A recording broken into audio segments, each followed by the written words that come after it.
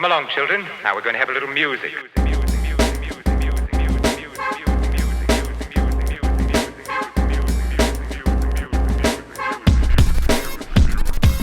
What's good, gang? It's your boy RB3 back for another review for First Cut. This time I'm reviewing The Woman King, starring Viola Davis, Thuso Mbedu, Lashana Lynch, John Boyega, and so many incredible people. It's directed by Gina Prince Bythua, obviously a friend of the show. She commented on the Meaning of podcast episode that we did about her.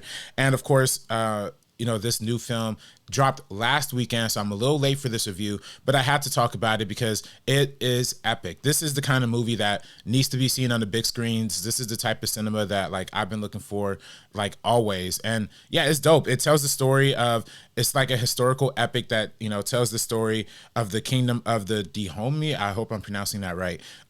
It's like one of the most powerful states in Africa in the 18th and 19th century, largely because they had this all-female group called the Goli, which was like their soldiers, their warriors, and they would go from tribe to tribe, town to town, and just wreck shop.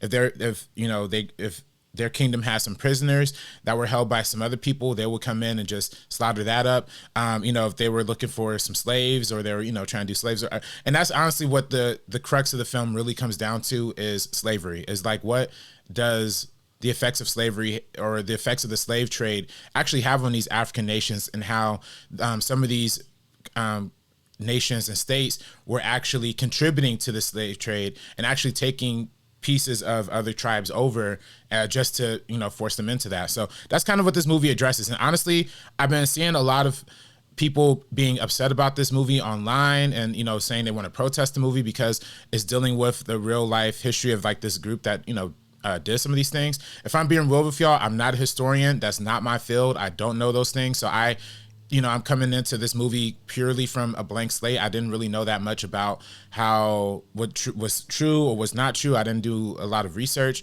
before this review. So I'm just giving you my review from a historical fiction perspective. And I'll let all the other people, put their political agenda into what they do the review for, because let's be real, when people are going on YouTube comments and saying they're going to protest the film, it's not because they actually know or care about the history behind it, because if they did, they would they would talk about a lot of other movies and a lot of other atrocious characters that have been perpetuated through cinema, including stuff like Braveheart and all this other crap. But no, they want to focus on something that's black, and they want to focus on something that's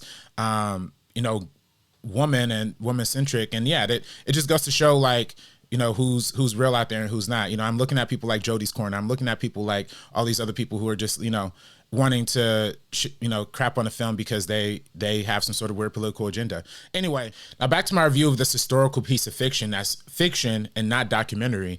The film centers around Viola Davis, who plays this character named Nasika, and she has this really tough, hardcore exterior because she's the general of this tribe. She leads this army from place to place. Like I said, they're freeing captives of their own tribe. They're freeing people from slavers, either both from European or from other African nations. And even though Viola's character has a hard exterior, we start to learn a little bit more about her, and we start to be a little more sympathetic to her, particularly her and her relationship with Nawi, which is Thuso Mbedu's character. And throughout the film, you start to learn why her and Nasika's relationship is so important, how their dynamic in a relationship is kind of reflective of the relationship between Nasika and the rest of her group and the rest of her warriors. And that's why she goes so hard in defending her people, along with defending herself and her own, because she always keeps her guard up. She's not, falling for anybody, including the king, who's played by John Boyega. The king, I believe his name is Gizzo. He's ruling over this kingdom, and he wants to make radical changes, including ending the slave trade within this nation.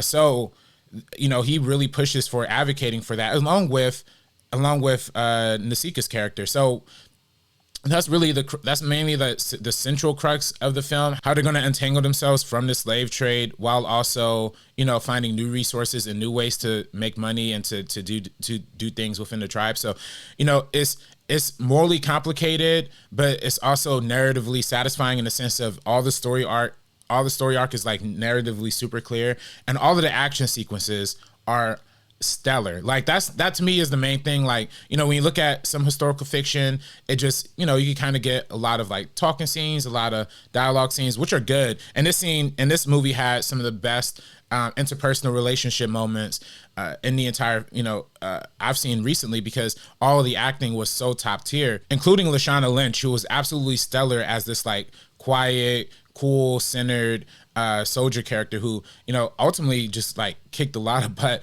and the action was next level. I mean, when you talk about some good hardcore, you know, old school war movies, you know, that have some intense action, that have some brutal violence. I honestly thought this movie was rated R until like afterwards I learned it was PG-13. But yeah, that's how intense this movie is. So I highly, highly applauded the action choreography, the action cinematography, and the overall look of this film, the costume design, the makeup, everything felt true, everything felt authentic. I know it's historical fiction and it might take place in, I don't know if it's the real world or if it's like an alternative kind of history. Either way, I think it's a fun movie. It's entertaining. If people want to see a fun piece of cinema based on, honestly, I didn't even know this too, this group of women who were these soldiers were actually the inspiration for the Dora Milaje and the Black Panther universe in the Marvel universe. So yeah, if you're looking to see the real story and some like real life Black Panther stuff, this is what this kind of gives off. This is that kind of vibe. Except even for me, like,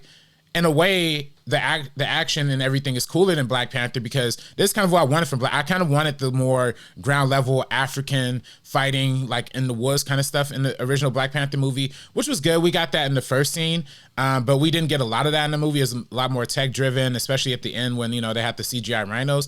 But this movie delivers on that promise of like ground level, real war action cinema. So I highly, highly applaud it, and I hope everybody has the opportunity to check this movie out. It's an incredible crowd pleaser. There's a reason why it has an A+ cinema score. It's because it's amazingly entertaining and just fun to watch. So that's my review of The Woman King. Make sure to check it out. I hope Viola Davis actually does get some reward consideration. I didn't want to get too much into the plot and too much into like spoilers, because those things really surprised me when I watched the movie and made the emotional journey a lot more, you know, better for me. So I don't even want to give away like some of those things. So make sure y'all check this movie out in theaters.